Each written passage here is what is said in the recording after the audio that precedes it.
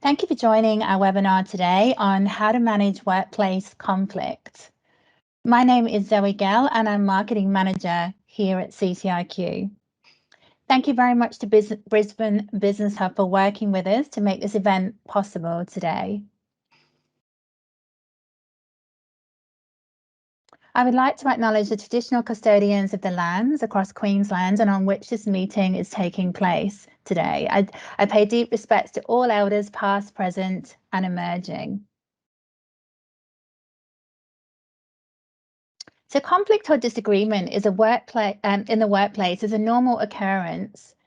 It can simply be initiated due to misunderstandings or opposition of interests.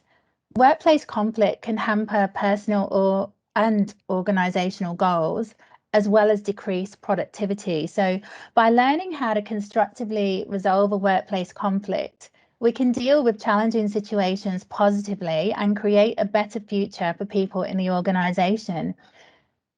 So to help you build strong relationships in the workplace and give you conflict resolution techniques, we've invited our very own Senior Industrials Relations Specialist, Michael O'Brien, here today. So before we start, I'd like to just tell you a little bit about CCIQ. So CCIQ is the voice for Queensland business through advocacy and everyday business support services for our members. We advocate on behalf of Queensland business to keep your interests front and centre in government policy decision making. And we offer a range of business support services for members, including HR and industrial relations, permanent and temporary export support, and regional certifying body for skilled overseas worker visas. And additionally, we offer free services for Queensland businesses such as EcoBiz, which helps businesses to save money on water, energy and waste bills and reduce carbon footprint. Cyber Health, which is a free cyber security program complete with free educational resources, free assessment tools to help secure businesses. And we also have lots of employer assistance services. So with our HR membership, members have access to our HR helpline and a range of consultancy services, including unfair dismissal claims, representation, terminations, discount consulting, email updates on modern awards, and access to free policy templates. There you go. So for more information about CCIQ, please scan the QR code on the screen. And thank you very much once again for everyone joining us today to learn the importance of how to manage conflict in the workplace. So before I pass you over to Michael, just a couple of things to note for today. So we will be sending out a copy of the recording from today's webinar in the coming week or so. So keep an eye on your inboxes if you would like to watch it or share it with your colleagues. And any questions can be asked in the little speech bubble that you'll see at the top of your screen. And we'll be doing a full Q&A after the session today. So let's get started. I'd like to introduce you to Michael. Michael is an experienced industrial relations advisor, skilled in case management, conciliation, mediation, investigations, and employee assistance negotiations. He has over 20 years of experience partnering with staff and managers at all levels through strategic and operational HR expertise. Michael's passion is to get to the heart of issues and work with people to create positive outcomes. With his considerable expertise, you can trust he is an effective facilitator and advisor for your business when a situation of difference arises. So I will pass over to you now, Michael, to get on with your presentation. Thank you, everyone. Thank you, Zoe, and welcome everyone. I really would like to firstly thank you to Brisbane Business Hub to give me this opportunity and to give CCIQ this opportunity. And thank you for Zoe and the marketing team to help put this presentation together and work so well with the Brisbane Business Hub. What it does do is give me the opportunity to talk about my passion with you guys, business out there. Everyone experiences conflict in the workplace, but it's just about how you deal with that. So I'm going to talk about relationship building. So that number one point is going to be the most important point here. It's not the process of conflict resolution. Relationship building is the number one most important step. However, if you've come, all know how hard it is if you come into a team that's been established for a long time and you're a new manager. That's why it's so hard, because you haven't had the ability to build those relationships, then deal with conflict. But you can still do it by doing some basic things. So I hope everyone's escaped the heat, because it was hot yesterday, and escaped that storm. I got caught in it, but I'm here and survived. So happy to be here. So I want to talk about not just about relationship building, which is the number one thing, but barriers to building relationships. So that's a really good thing when I'm putting this thing together. There's a number of barriers I want to talk about that you need to identify. And actually, relationship building is about identifying those barriers, the conflict resolution tools and techniques, and then the conflict resolution conversation. And an important step that often get missed is that agreement making. So let's move forward. So engaging with team members is very important. So relationship building, when you're talking about engaging with team members, it's not about that formal engagement all the time. It's about a number of different ways. Leave your office if you have an office. Ensure that you're always informally and formally talking about them, having a laugh, asking how they're going, joining in normal conversations. These are things about just normal ways of building um, relationships. Why? People get to know, and when I'm talking about people, everyone, society, managers, employees, get to know how other people communicate through interaction. If you're not interacting, you're not going to understand how people deal with certain things, jokes, inappropriate jokes, or certain words, certain comments, looking at their body language. All these things are built up over time. So if you've never really had many conversations with an employee and all of a sudden you're dealing with conflict, you're missing all this information that's going to help you manage that process. So you'll see any communication or anything out there you read about conflict will always be encourage respectful and inclusive behaviors. So communicating professionally. But how do you do that? Always set expectations um, and boundaries straight up. So while you're having a lot of interactions, that's about identifying communication styles, body language, how we react, and I'll talk about that in the barriers a bit more going forward.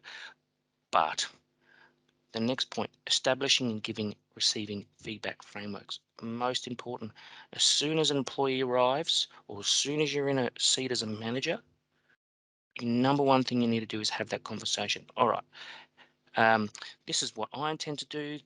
This is how I like giving feedback. Ask the question, is that okay by you? If not, is there another way I can do it?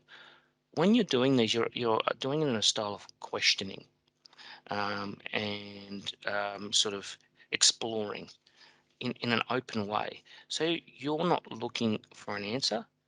What you're looking is to see what the other person says and then feed off that.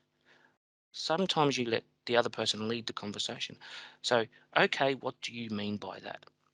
Um, all right, so if you want me to do that, give an example. Okay, so if I say this, is that okay by you? These are the sort of things we're looking for when establishing those frameworks. So come to an agreed process. This is how often I'm going to give feedback. This is how I'm going to give feedback. And then a very important step that most people miss is this is why I'm giving feedback. What are you trying to achieve? I'm not out to get you. I'm out to improve the team. And another important point is that I also apply this same process to every one of my other employees. So the employee then sees that, over time sees you doing the same process with other people, and all of a sudden you're seeing, oh, equity and fairness. The person feels fairly treated. And don't forget, feedback needs to be often. As I'm saying, you need those interactions. Provide time. Do not pressure employees to share. So in reading, when I was putting this together, what you want and what the difficulty is in resolving conflict. And number one issue whenever I'm doing investigations or mediations is the employee, when I get to an employee and go, well, they will say something like, I've got 2 years worth of issues here. My manager keeps doing X, Y, Z. And I'll ask, well, what happened when you raised it with your manager? Oh, I haven't said anything. That over and over and over again, that happens. I reckon 75% of the time, that's the case. Or I said something, yeah, but how did you say it? Did you say it was a problem? Or did you just try to raise it and hint it was a problem? There's a difference. Um, when that happens, that's because the person's not comfortable to raise it. And I would say that's because you haven't set expectations, haven't had ongoing conversations or set a framework to provide and giving and receiving feedback. So giving feedback is very, very important. Get it any way you can. A company should say, I don't care how we get feedback, we just want to get that feedback.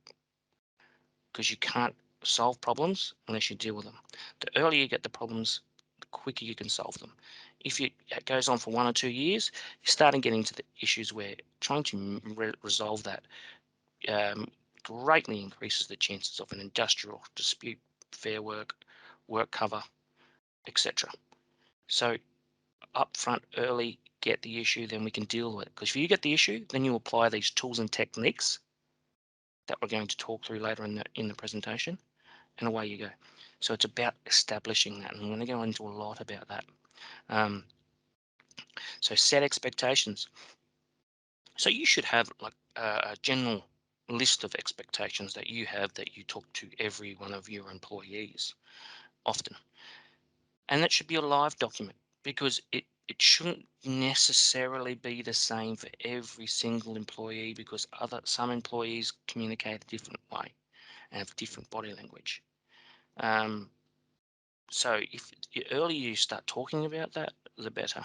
And it's not going to be vastly different for every employee, but it should have little nuances or little things that you've agreed on.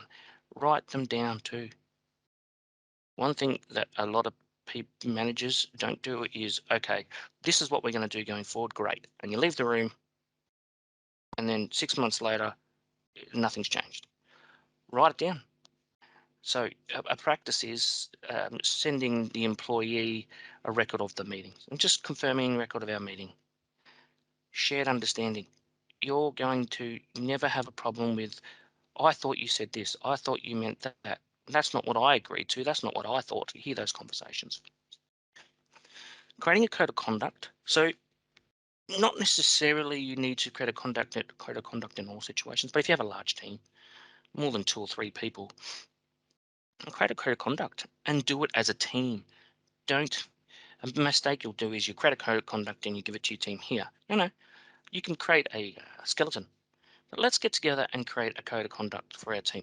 How do we want to communicate? How do we want to give feedback? So what you get is every employee in the room, you're getting their feedback, you're giving it, everyone's getting the same message, but everyone's seeing that the same processes are being applied to me as the person next to me. Frequent check-ins is very, very important because what you're doing is creating an environment where people are getting used to feedback, getting people going into your office or your space and being comfortable being in that space. So frequent check-ins, yes, that's helping you build up how people communicate and don't communicate, and their little tips and tricks that you will learn from doing that. You'll just naturally pick up. But what it doesn't do, so a big mistake or a big challenge that happens to managers, especially busy managers, is that employees only ever go into their office for negative things, for like, oh, I've received some feedback from another employee that you were on your phone, etc., etc., etc. What happens is this creates it stops creating a safe space. So you'll hear employees say, it's so often, I don't feel safe. I always say, well, what does safe mean to you? But they don't mean they feel in danger that they're going to be injured or hurt. What they mean is they're uncertain. And you'll hear the words working on eggshells.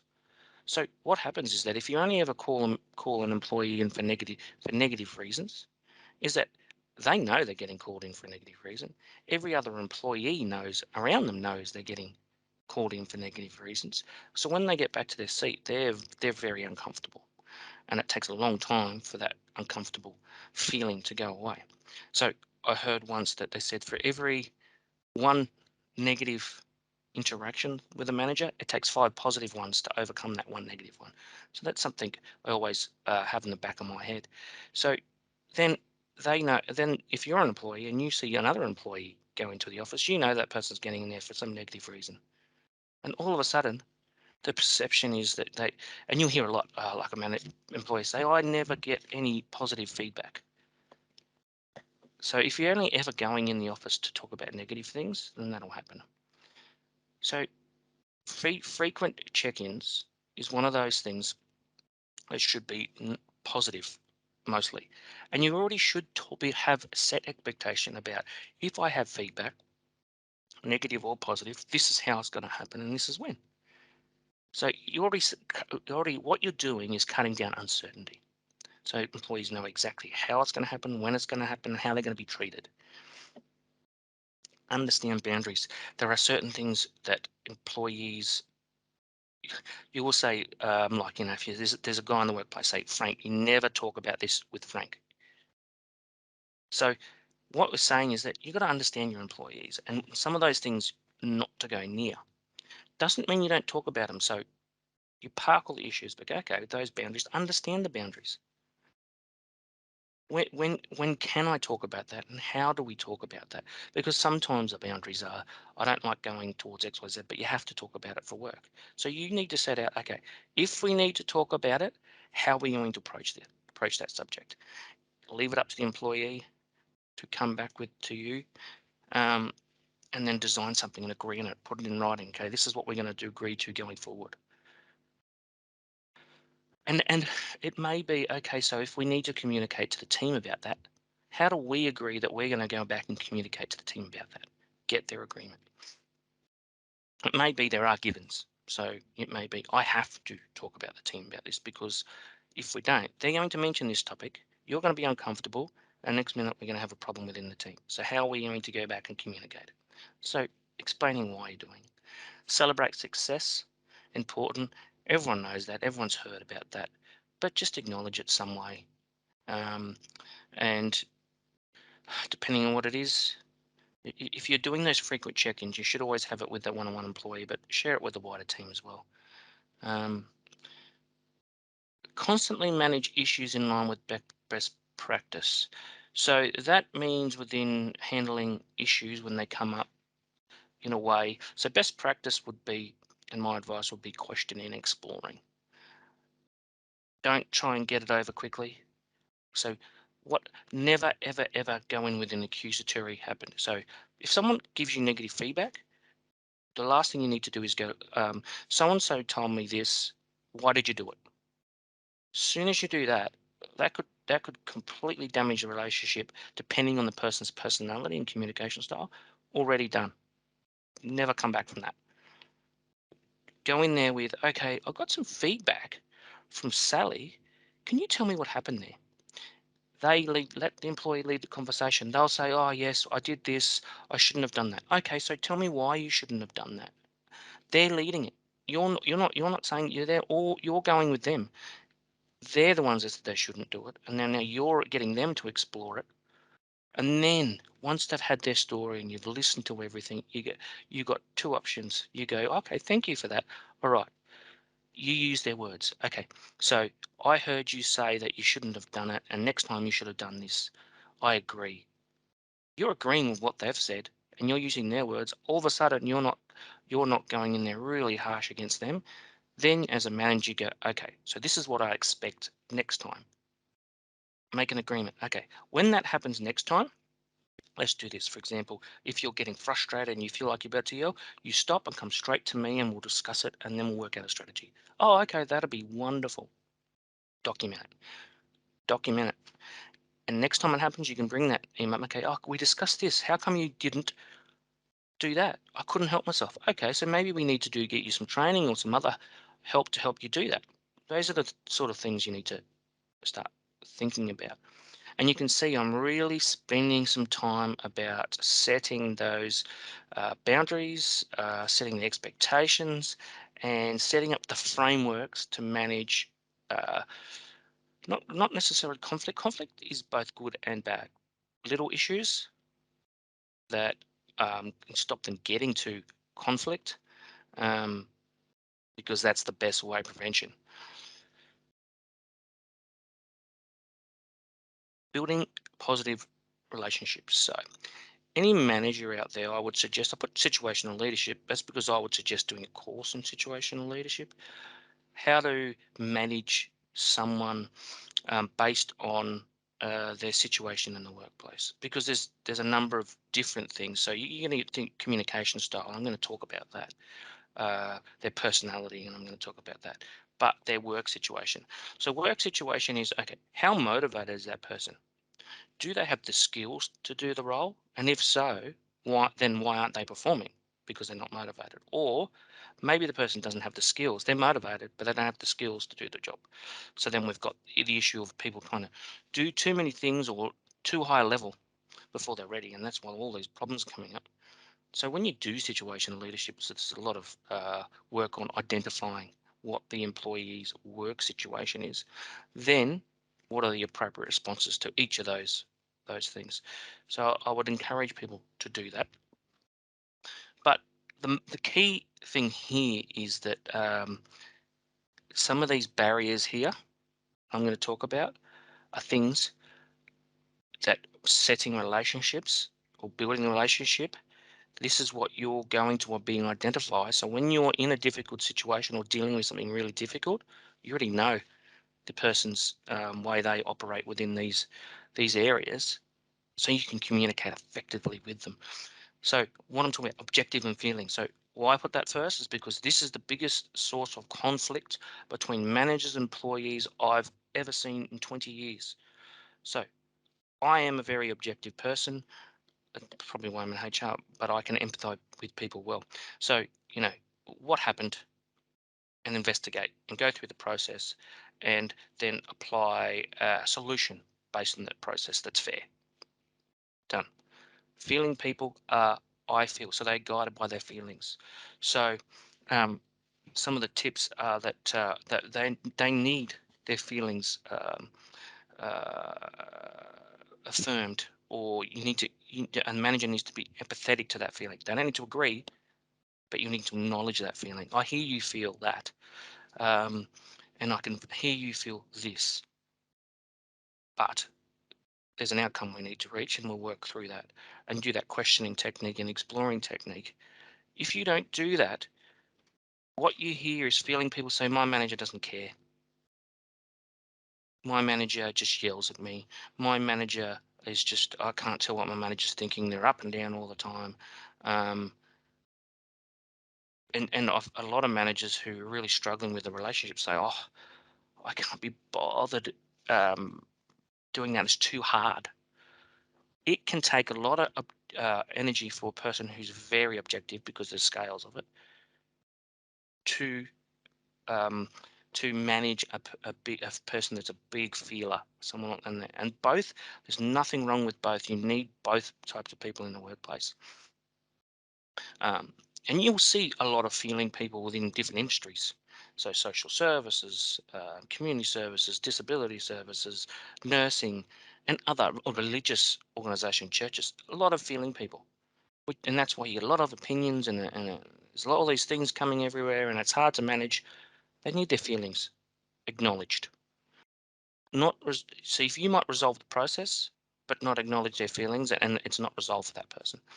And that's why you get a lot of issues within the workplace saying my issues are never resolved, and then management's going, yeah, but we gave you one outcome, we communicated the outcome. It's not necessarily about the process, it's about the feelings. No one's resolved their feelings, their feeling of hurt, or their feeling of unfairness, or their feeling, etc.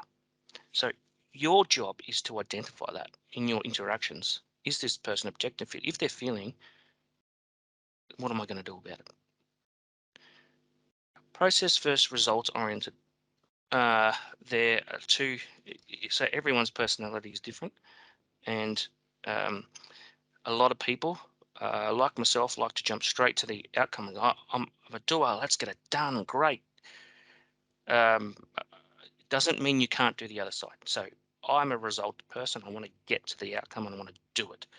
But I know that if I don't go through the process, we're going to miss something, or most likely going to miss something, and it'll cost us time. So your job is to identify whether the person's process oriented or results oriented. Then you can, if you're using these frameworks and saying, instead of saying, why are you jumping to the end? Rather, you're going, oh, you're a results-oriented person. Okay, if you're a results-oriented person, this is what we need to do. How about we do this? This is a strategy. All of a sudden, it's a different conversation. It's got a positive a frame on it, or lens on it, let's say, rather than a more difficult or a more slightly negative version of that. Why do you keep jumping to the end? I don't understand. Stop it. You need to do process rather than, oh, you're a results-oriented person. It's a completely different conversation. And you can set up a separate time to go, okay, let's talk about your style. What's the best way to do that? We can plan. Do you need help, or do you need Sally to jump in and do this? Then work with it. Work with the person's strengths too. You need both process oriented and results oriented people. Process oriented people are the type of people that may never deliver on something. They do everything well, but how come you never deliver? You do all this stuff, you keep talking about this, you sound wonderful, but there's no outcomes. It's because more worried about the process. But then you can talk through that. Okay, we've got the process. Don't forget, and you can always have that conversation. Don't forget about the outcome. Don't forget about the outcome. Here's the deadline. We need the deadline. This is what we need to do, and bringing that person back. But you're having a different conversation up front before the end comes, and you're going. Instead of going, well, you never deliver anything. What's going on? You've had all those when you put strategies in place. Questioning versus accusing. Now, I've covered that from a manager's point of view. But employees can do this as well. When they go straight to, that's not fair. Why are you saying that? Instead of asking, what do you mean by that? So that's an easy one where you're just setting up the framework for giving and receiving feedback. So you're saying, so you'll hear the positive intent. So we're really talking about positive intent there. When I'm talking about positive intent means assume the most positive thing of what the other person's saying or intending from what they're saying. If you're doing the negative intent, um, if someone is like that, then you've got big problems because you'll always take the most negative and be suspicious of what the other person's intentions are and why they're doing it. So that negative intent, so whenever it gets to extreme conflict and it gets to, say, mediation, there's always a problem there. And that's a big problem, negative intent. People work when you're having a real big conflict that you can't um, resolve.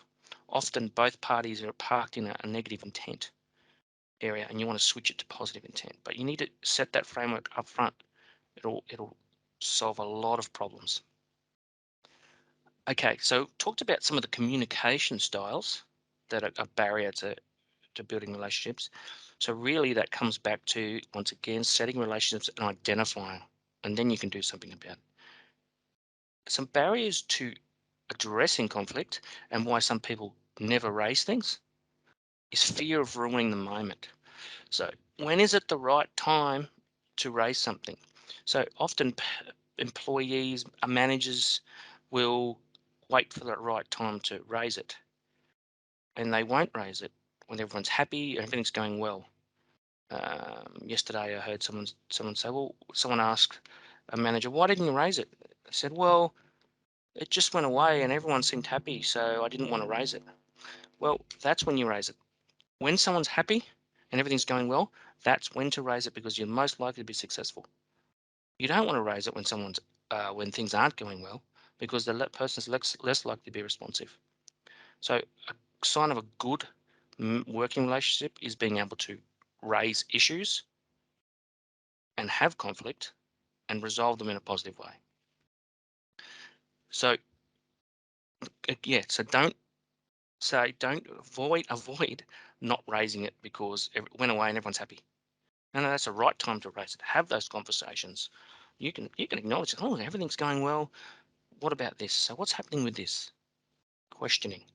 afraid of saying something wrong. So this goes both ways. So, um, so it goes in with the next point. So people are afraid of saying something wrong, and as in I'm talking about upsetting the other person. I don't want their personality might be I don't want to make the other person upset. I don't want to make the other person angry at me. I don't want to be disliked, for example. That is a huge barrier. That's you might get a lot of people who are uh, introverts who don't like saying things. It might be in that area, not all the time, but someone like that. Be what you need to do there is once again identify that early on and have that conversation. You, when you tackle it, oh, you seem to be someone who doesn't really like to talk up. Why? I'm not, and you're not saying that's not. And the key is saying I'm not saying it's wrong. That is a valid communication style. You need both, but you need to say, okay.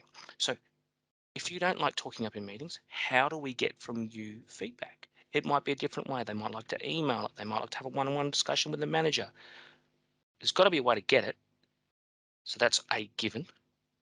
But how do you get it out of them, or how do you work up a strategy with that person? Once again, if you don't work on have that and identify it and work at a strategy on that, that's another barrier to person raising feedback, and that's what we're trying to avoid. Fear of being wrong. So a lot of people like to be wrong or right because in life it's bad to be wrong, and fair enough. But in a workplace, you need to have a workplace where you encourage ideas, and it's okay to be wrong. I can confirm that my workplace um, uh, hear a lot of ideas from me, a lot of crazy left field ideas. But guess what? Years down the track, that may be part of that may be used to implement something because something came along, crossed someone's desk, and go, "Oh, I heard that once said by Michael." We laughed at the time, but now a product or another provider or another company has come across their desk and, oh, hang on, maybe that can work because now it's different. You need an environment where it's okay to be wrong. So where to create an environment where to be wrong, and someone have like, depending on the type of team, when someone mocks someone for being wrong or laughs at them and make fun of them, um, or ignores them. So you might not have the first three, but ignoring is an interesting one. Um, so as a manager, it's your job to set the tone of, oh, fine, well, that might not work, but good idea. No idea is a dumb idea. Brainstorming. We love brainstorming. Just throw it out there because one little thing can jog another thing. It's all, it's okay to be wrong, but you need to set that. So the manager needs to set the tone, as in you as a manager needs to demonstrate or lead that to say and show that it's okay to be wrong. You're comfortable with being wrong. So lead idea generation, or or answering the question and say, and they you should your employee should hear a lot. I don't know the answer. Is it this? Maybe this. It's okay to be wrong. Um, Worst case scenario. So that's that negative intent. So looking at, okay, um, situation. This is more about the scenario going forward, though. Okay, going forward, what happened? This is going to happen. Well, who says that's going to happen? Why are you going to get in trouble? If how do you resolve conflict? If I go to that person, they're just going to yell at me. Well, how do you know that? And if that is, you help that person. So your job is to go, okay, well, how can I help you go to that other person to get a good outcome? If it's another one of your employees, you can have a chat to that employees and make sure you're setting that giving and receiving framework. And how do we resolve it? Maybe you help resolve it. Or if it's not, what's going on? You need to look at all the strategies to help. Is there HR who can help? Is there another person who can advise? Can they discuss with someone, how do I raise it? There's all these things. And then if there isn't, and I'm going to get to that, if there is a situation where they've tried to raise it and they have been getting a negative response or has been getting worse, then there's ways to manage that as well. And we'll talk about that going forward. And win lose.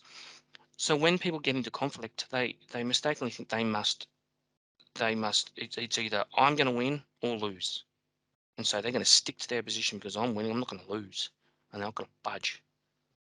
So creating that expectation frameworks about creating an environment where no, it's not about winning or losing.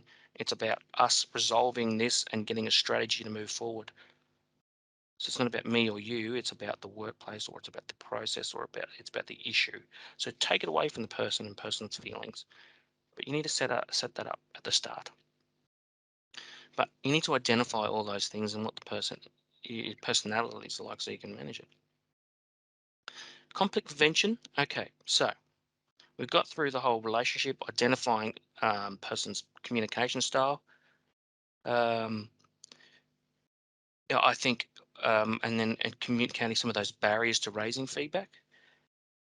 But conflict prevention. So if there is an issue that's conflict that you need to address, I'm going through some tools and techniques now. So addressed early in an appropriate way. And the key there is addressed early, appropriate way, stay professional, stay calm, do never get frustrated. Um, and positive body language. A killer to any relationship, especially manager to employee, is negative body language. So some of the ones I've seen over the years: rolling eyes, huffing and puffing, um, banging hands on desks, turning their back on people often. Um, yeah, be careful, because body language is, they say it's 80% of communication. So, guys, really, really, really look at yourself in the mirror. It sounds a bit silly, but you need to know yourself, know your communication. Um, Hopefully, your manager's giving you that feedback. That'd be ideal, and take it in a positive way. Um, uh, Folding your arms. Not always do folding your arms mean, in a conflict way, I would say avoid crossing your arms. If you're in a team meeting, like, sometimes crossing your arms means you're comfortable and you're just relaxing, and that's fine. But when you're having a one-on-one difficult conversation, avoid crossing your arms. It can give the impression that you're closed to it and pulling away from the person a bit and not engaging. It doesn't necessarily mean that, but people's perception of it, it's very important. And picking your battles. There are things you just let go, little things you let go sometimes, and you've got to pick your time. Unless they're happening often, then you need to address it. And understand that communication style of yourself and the employee.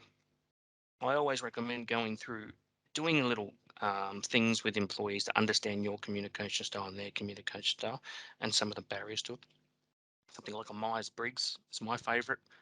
And you can look Myers-Briggs up, communication style. It gives you what your communication style is, what's great about that communication style, and what are some of the challenges with that communication style. And it's a really good tool then to have a conversation with your employee, based on that, about what are some of the strategies we can put in place to overcome some of these more challenging areas for you. And then you're not talking about the person, you're talking about on paper, uh, real tool. And so it takes a person's emotions out of it a bit, and you're talking about a tool here that can give you that. Here's the barriers, and here's what you can do about it. It can be really fun. um, and you can do it very quickly and easily too. I've got one company that I worked with a long time ago who just do a quick, takes about 10 minutes for that person to fill in a survey, spits out a communication style, and they use that to inform um, their recruitment. And all of a sudden, they're doing a very basic psychometric communication style screening tool, and it does work, because they're getting they hire the type of person they want. So workplace conflicts is very different to personal conflict. In a way, it's easier. In a way, it's harder. The challenge is, when there is conflict, you're forced to be around that person in a lot of situations. You experience conflict. You're forced to collaborate. You're forced to work with someone, and there might be personal feelings involved. When personal feelings um, are involved, and it's a personal conflict rather than workplace conflict, it's treated exactly the same. But I would say, take it back to the start. We need to understand what the issue is. There's nothing you can do without exploring the issue. That's a questioning and exploring. And then there's other steps you can take about, okay, what we're going to happen, what we're going to do. All behavioral and communication issues can be managed, but you need to identify the issue first and it might not be one conversation, two conversations, three conversations before you identify that. Employees take away, when you have a conversation with an employee, questioning that, um, they take away that information, and your brain works that overnight. You think about it and you might come up with the answer or go, I didn't realize this. So when you're exploring it with your manager or another employee, it might not be till 24 hours later you go, oh, I now know why I do that. I didn't realize that before. And then come back to the table. It helps, and all of a sudden you're sort of gathering a log of evidence, and then eventually the puzzle pieces come together. And go, ah, I can now understand why that person's doing that, because 2 years ago that happened, and then this happened, and this happened. So they've now avoid that altogether and never go to that person, and that's why the job's not getting. All these type of things happen. Policies and procedures, um, and escalation. Now, I just heard saw some chat pop up about how do you encourage bonding. Okay, I'll take it back. So when you're developing the code of conduct, for example, everyone in a room brainstorming. Let's have fun developing this thing. How do we want to communicate, guys? Let's do the communication style thing. The most fun I've seen in a workplace exercise is doing the Myers Briggs together, and everyone has a laugh at each other, and then you can come up with, okay, well, let's put all of our communication styles together. What's our team communication style? What's the positives for our team, and what's the challenges for our team? And together, how do you do collaborate bonding? Through those processes, and often, or bring people into the fold to take ownership. So you want to build buy-in to, say, something like a code of conduct or a feedback process, or how we handle feedback, or how we communicate. If they help design it, there's more likely to have buy-in. And when they got buy-in, and what you're doing through that is all the employees are exploring how they communicate, how the other person doesn't like or does like to communicate. And you want to create a environment, say through the Myers-Briggs process, people saying, oh yeah, I really struggle with that. And someone says, oh, I didn't realize you struggle with that. Because yeah, I do struggle with that. And then people, they start interacting, and you're talking about those things and exploring those things like that. Um, you know, you know, everyone the same lunches and all those type of things. Yes, but there's some things, but people might not like that. It doesn't suit. You need to do a number of different things to do that. Bring people in. So if you're developing a business plan, that's it. Whole team's in there at a certain point. You design the framework. Okay, guys, we've got 3 projects we need delivery this year. How are we going to do this? Or what? Let's plan it out together. Who, what, when, why? When are we going to deliver it? Who's on it? Who's leading it? What are the challenges? What are the risks? You're doing those things together. Once again, buy-in. Um, and important thing, how do we resolve it? If there's issues, when do you tell someone? How do you tell someone? Those sort of thing. And building policies and procedures. Same thing. Bring people in and bring them in a room. I know when you're really busy, often you push something out an email and you go, give me feedback. That's okay, but I would encourage getting people in a room and saying, all right, sitting it out first, saying, here, we're going to meet in 3 days. Here's what we're going to talk about. Here's the framework. We've got this project. Here's some framework of through together. Let's get in there and brainstorm ideas about it. And then get in there and develop it. Yes, it's about the buy-in, but you're getting interactions and you're all learning about each other. You want people to sort of challenge each other, because why? Because they're learning about how to deal with each other. in that environment, and you're learning about people, what people's barriers are, people's body language, how they respond or not, and then you can take that each of those people and discuss the way they interact. Have those one-on-one meetings. That's like reality TV shows where they throw people together, see who's the leader, see how they um, um, and see how they're going. Um, Escalation. So there's also workplace conflicts. There's always someone above that can help. You've always also got managers to help or trying to resolve conflict, and then you've got external people like myself or something like that to resolve conflict. So unlike personal relationships where often you can just say goodbye, take off, not necessarily works in a workplace. But on the other hand, there's lots of other supports in a workplace. So preparing for a conversation. So I won't spend too much time on this because to me, it's pretty straightforward. Developing expectations. So you should already have that in place. But you should also have expectations for the communication process and discussion. And the employee should understand those and already have them. If not, set them before you have the communication. Don't go in and have that conversation at the same time you're having the conflict conversation. Understand your well-being. Understand how you're feeling that day. Many a mistake is made, and everyone's made, including myself, is when you're feeling frustrated, angry about not even necessarily about that matter, about something else, and you go in there and it's very difficult to be patient, focus on the issue. Your mind might be something else, and the perception of the other person, who knows how they perceive that, and it causes, and then the meeting or the discussion doesn't go as well as planned. So put yourself in their shoes. So when you're a mediator, you're trying to switch it from uh, first person, yourself, to the other person, to helicopter view, they call it, our relationship. Manage your expectations. So that means don't go in there expecting that I'm going to get the answer A, and this is how I'm going to get it, and this is exactly how it's going to go. Nope. Once again, question and exploring. Clear your mind. Don't go in there automatically assuming you're going to get a resolution in that meeting, and schedule the conversation. It's important because some people don't care, like myself. Just call me in the meeting, I don't care. Lots of people care that they don't get notice, and they get very upset when they get put in a situation where and they can be very uncomfortable, and hold that feeling for a long time. So please avoid that. The resolution conflict. And I just noticed someone put a chat up about working from home. That's another interesting one. I did do a webinar on working from home and some of those challenges once. And at the end, I'll share some tips around those. So, conflict resolution conversation. So, here's step by step. So, set the ground rules together.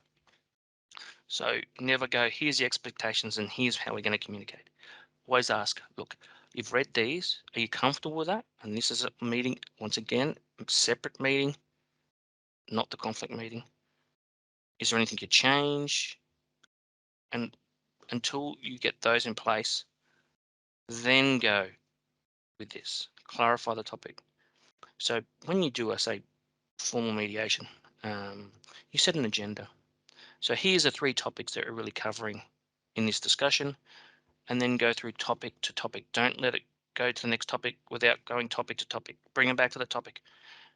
You often then have a 3 or 4 hour conversation because you're going around in circles and you really don't get to the bottom of each issue because you're jumping from here, there, everywhere, and rehashing the same topics. So you want to explore one issue before you go to the next one. And that doesn't mean necessarily getting a resolution to each one. It just means discussing it. Sharing your experiences. So basically one person at a time. Big, big thing to happen. So set that in the expectation. So when you're setting the ground rules, usually if someone agrees to it when they set the ground rules together, I find there's not much trouble with that. But if there is, don't have a go at the person, can remind them of the ground rules. Just keep reminding them of the ground rules. And if it gets too much, you might have to shut it down. But rarely do you get to that point. Clarify and repeat. Check for your understanding. Is this what you're trying to say, and repeat it back. really, really key to ensuring that there's a shared understanding. Future focused solutions. So in the end, you want to get to, all right, there's only so much you can talk about the past. We want to have positive intent. What are we going to do in the future? What, and then agree to that in writing. And take breaks. As I say, it might not be one conversation. It might be a number of conversations. And write down your agreement. And that's an email just saying, confirming our conversation. Please let me know if it's anything you disagree with or is not accurate, etc. And that's that agreement making.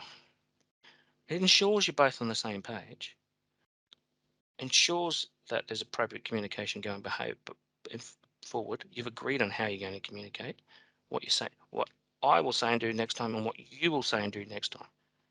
And then what happens next time if we don't agree? So important.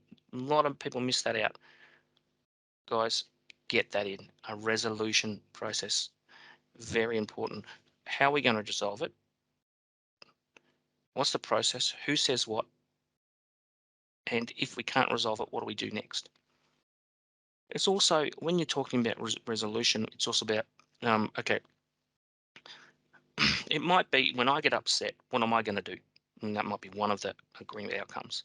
How am I going to extricate myself from a conversation with you so you don't get upset? Agree on what to say and do. Okay, if you say this, I agree that I'm not going to get upset. And then we agree that we have to resolve the matter, so we'll re-engage within 24 hours. We're not going to leave for days and days and days and days. We must do this. And then if we can't resolve it, we'll escalate it to X, Y, Z, and we agree, and then map out the process. And that's what we do. That's what I do, and it does work. And if both people agree on it, there's a high likelihood of success. It's only really in very challenging situations where it won't work. So the ongoing relationship, so repeating conflicts. So that's where you've got an agreement, or if you haven't made an agreement and the same thing keeps happening, you haven't got an agreement and the same thing keeps happening, get an agreement. If you've got an agreement and the same thing keeps happening, adjust the agreement. But at some point, if it keeps happening, then there's a reason. Either someone's deliberately doing it, or the underlying issue or the underlying conflict for that person hasn't been resolved. So the process might be, but there's an outstanding thing there that no matter how you've tried to explore it, but you haven't got to the bottom of it for some reason. And it might have anything to do with you. The person might not realize or doesn't know how to articulate it as well. So what do? You either go back to the drawing board and go, okay, why does this keep happening? Is there an issue resolved? Is there something you haven't said or something that's you're feeling? Because a good thing, do you think that every time you get a resolution on issues or an agreement on issues, you're peeling away the layers of the onion. You're peeling away one more issue that person doesn't have to worry about. So I often find that, okay, you peel one layer off, and then there's another issue that you didn't know was there. You get a resolution, you peel another one, peel until you get to the core of it. And there's one issue left that may be unable to be resolved, or that person never knew was there, or that person really didn't want to talk about, and because it might be really serious, might be bullying by someone, it might be something that happened in the past, it might be a personal matter, but you've got to it and now you can do something about it. That's what I often find. So when you can't find a solution, escalate. That's when you have that resolution process. What are we going to do if we can't escalate? What's the process when we escalate to? We agree that this happens. Don't not have a resolution process mapped. Don't just say, we'll go to this person. No. What do we agree is going to happen when we go to that person? Then get an external person. If you both already agreeing to get an external person, if you can't resolve it, most of the time you're going to get a positive outcome. Absolutely. And that rebuilding relationship after conflict, it can take time. It can take 6 to 12 months for people to feel comfortable again. But it does work. I've seen it, mediation, where people can't work with each other, hate each other, after remediation, they get an agreement. 2 years later, they're still in the workplace. They're not best friends, but they're still in the workplace and they're still in there and a lot happier than they were. So I know about questions, and I'll quickly put it back to Zoe in a second, but I noticed someone mentioned it about working from home. So working from home can be very difficult to build engagement, but it's a lot of work, more work for managers. You need to check in a lot. Individual meetings, meetings, team activities, some fun things. So more individual meetings and more team meetings. So let's say the heart of COVID lockdowns, the original COVID lockdowns, I'd say CCIQ did it very well, and my team did it very well. That's daily team meetings, quick team meetings, and once a week a longer team meeting, a company-wide team meeting once a week. The ability to raise feedback, raise issues, take issues, um, and and then, guys, if someone's raising issues, yes, hear them, but you've got to do something better or feed something information back to the employees as a wider group, because you got to consider all those type of things. So it's really hard work for managers to do that. Okay, I noticed also someone said how do you find a mediator? Contact CCIQ. I'm a nationally accredited mediator, so I'm one of those, and we can help you out with that. But there are providers. You Google them around. There's workplace ones. There's a few around, and you'll see it. But I would encourage you to contact CCIQ. Right, I'll put it back to you, Zoe, Thank and I'm you. happy to answer any questions. Awesome. Thanks so much, Michael. There was a lot to unpack in there. So I Yep. hope that I hope everybody's found it useful.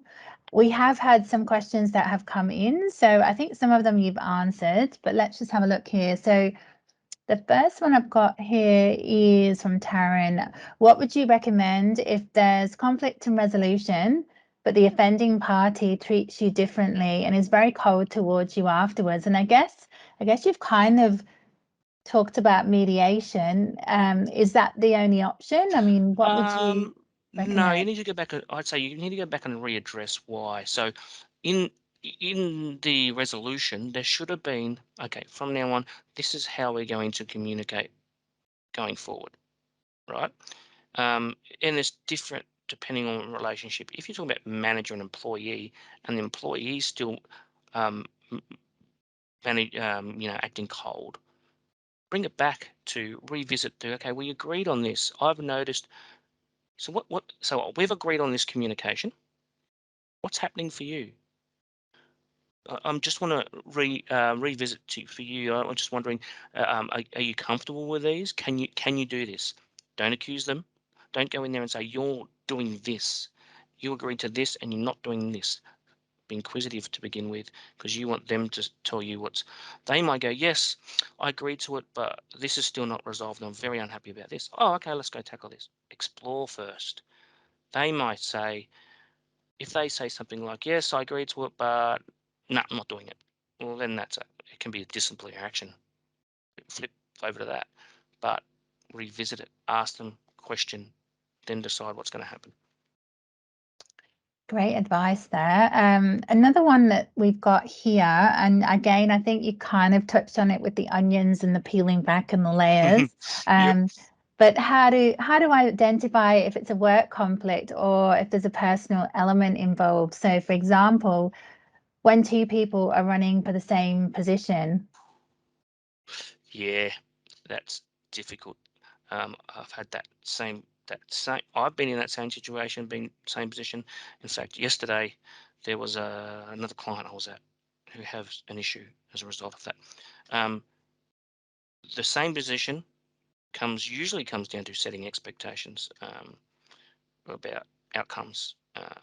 So sitting down with the employees, mapping out outcomes, addressing their feelings. What happens if you don't get that role? What are we going to do? How are we going to do that? Most of the time, that'll take care of it. Sometimes there is a fallout. Someone's still not happy. I know we talked about it, but I thought I was going to get the position, and I'm not happy. Um, that's a difficult situation because you need to explore that, and it's almost like, okay, you almost then do the givens. So what are the givens? We need to work with each other. We need to communicate professionally and appropriately. Um, Otherwise, we're not going to be able to get the work done. Do you agree with that or not?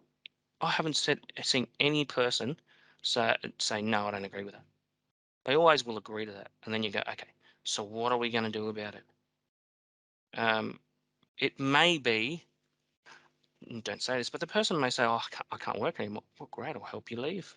Or they may go, they go, oh yes, I can understand that, but it doesn't resolve how I'm feeling. Well then, EAP counselling, absolutely. People are allowed to be upset not getting a job.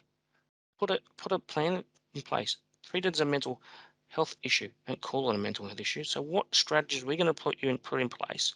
We get EAP, do we get counselling, do we get coaching, do we get mentoring, or do we do a development plan? Do we switch your focus to another area within the company that you want to develop towards? So then they switch their energy to that. Putting all those in place, it will most of the time resolve that. In very rare cases that there'll be still an issue, and that's when you run into the whole industrial issue. How are we going to exit this person from the company? But that's very rare. Yeah. Okay. Now I think you covered the next one around workplace bonding. But then we did start talking about what would you recommend in the work from home environment. And you Yep. said you'd come back to that. So Yes, as I said, managers got to lead that 100% and do those ongoing check-ins, ongoing team check-ins, and do some fun activities. I know CCIQ did a thing of putting a playlist together. People lift it home and everyone would add to it. Public playlist, activities, uh, going to your local small businesses and taking a photo of you purchasing a product and posting it and doing stories about it. There's activities you can do to do that. It's just a lot more work. So I feel sorry for managers in regards to managing employees from home as in engagement. However, it is easier to get more work done in most cases because you're not traveling. So there is a mm, flip side. Some people love working from home, some people hate it. So just be aware that you've thought about that engaging and well, another tip is ask employee. Are you happy with the way? Do you want more? Do you want something else? If there's another way to engage, throw ideas at me. okay, great. Let's have a look. Divya's asking, what if there is conflict and management is not interested in resolving? If Have you? management's not interested in resolving, then you've got a problem, because within the industrial sphere, people have a right to raise issues with a company or escalate it to a manager and escalate it above that. Um, and if you don't tackle it, that person can go to Fair Work and Mm, lodge claims. And all of a sudden, you're going to have to deal with it. That's one. If you don't deal with it, it could turn into a work cover claim, mental health, or something else. So I'll always say, manager have to deal with it. Now, there may right. be a point where you've gone through all this process and nothing's changed. Well, that's where you need to switch into management focus to go, now, we can't resolve anything. So you're directed to do this, communicate like this, act like this, do this. Here's the expectations in a nice way. But at some point, you do have to go, here's the position, and here's what you need to do. And then performance manage if they can't. Okay. Great. So we obviously know to come to you if we need an external mediator. But there was another question I saw about mediation. Oh, there we go. Yarunga Park Kindergarten has said we had an employee refuse mediation and we were told this was their right. The troubled relationship was unbearable for all employees. What options does that leave us with? I need to explore the issues, but on the face of it, yeah, mediation. So when you're a professional mediator, you always get part of it is that it's voluntary for participants because forcing someone into it will most likely result in an outcome that if you get an agreement, they most likely won't stick to, or you won't get an agreement. And it would actually make the relationship worse for the other party. I have done one forced mediation because Fair Work mandated it once.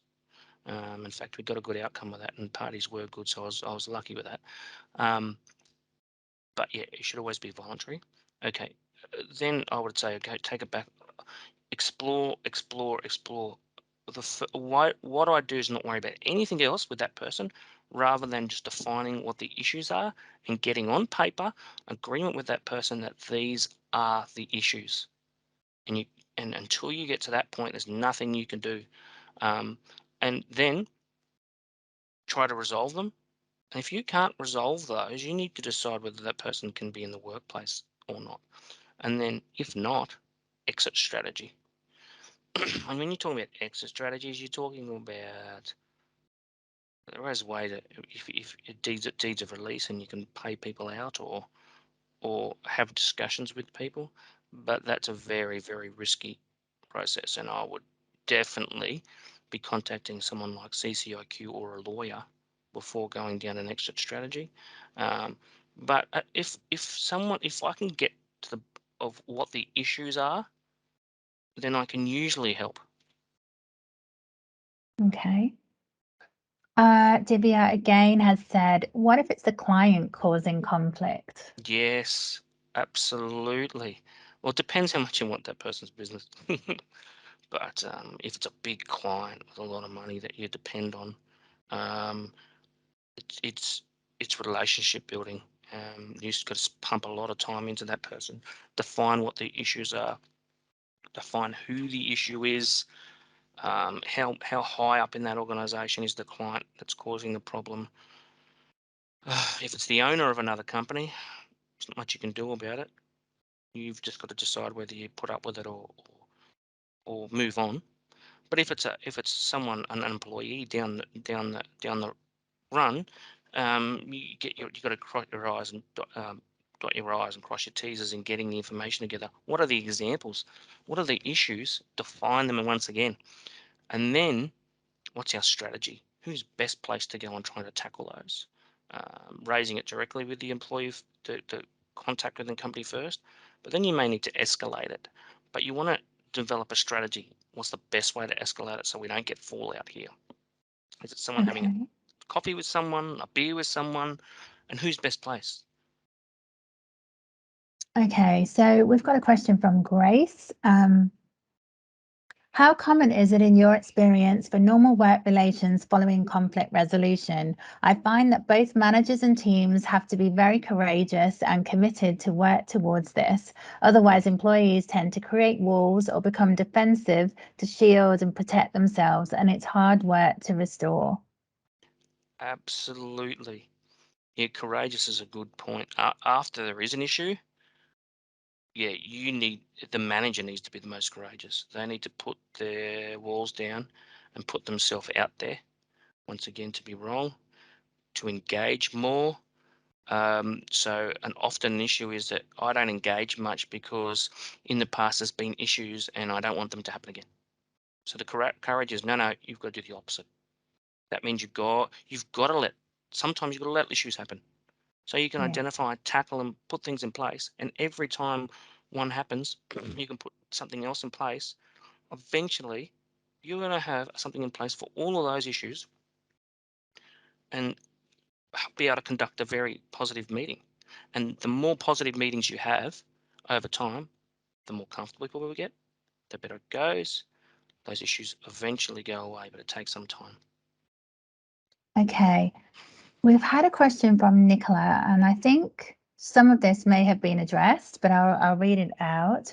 How can you best manage someone who has had a conflict with management and it's been resolved, but they are now having a negative cultural impact on the organization? So, gossiping, criticizing management, and talking with new employees. That's quite a tricky one, I would imagine. Yeah, it happens often. It does happen a lot.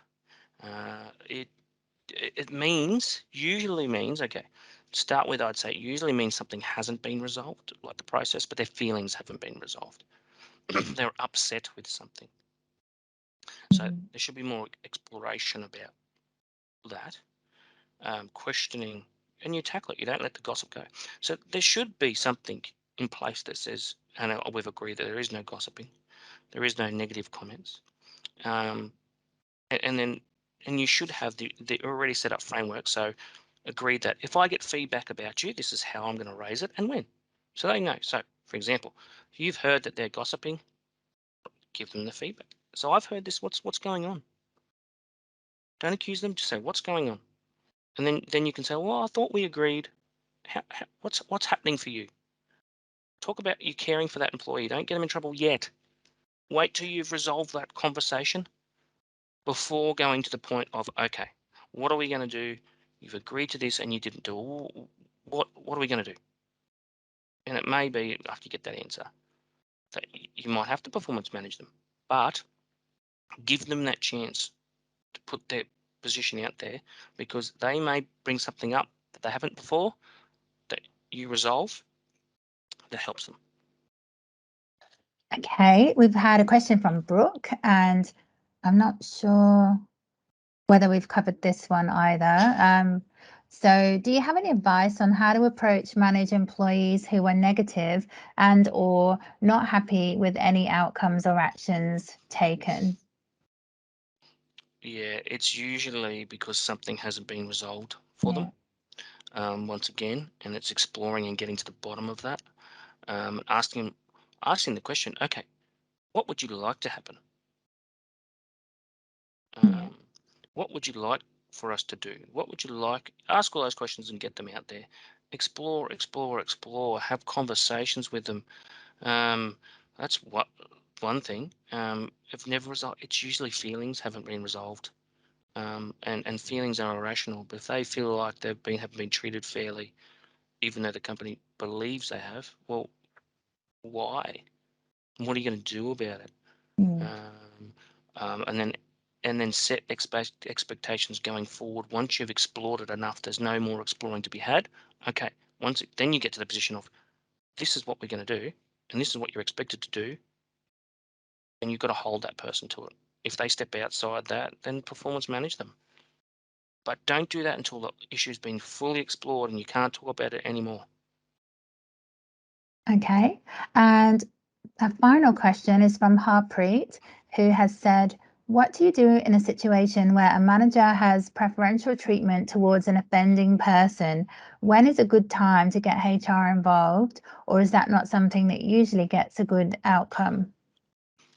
So I assume they're saying that a manager is treating someone. Manager has preferential Yeah, treatment towards an offending person. so someone's doing something in the workplace and the manager's not doing anything about it, treating them favourably.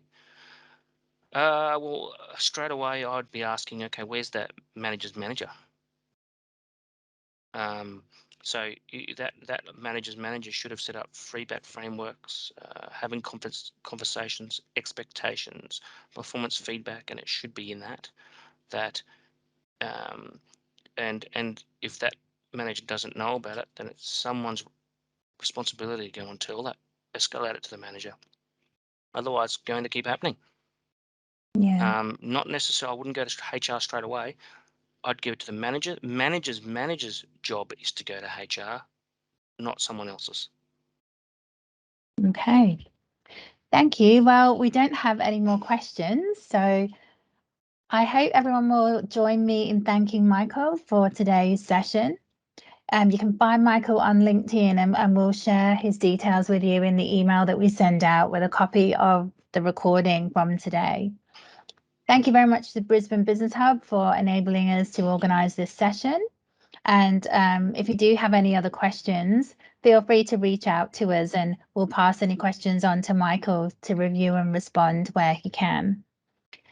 Thanks very much, and enjoy the rest of your day. Thanks.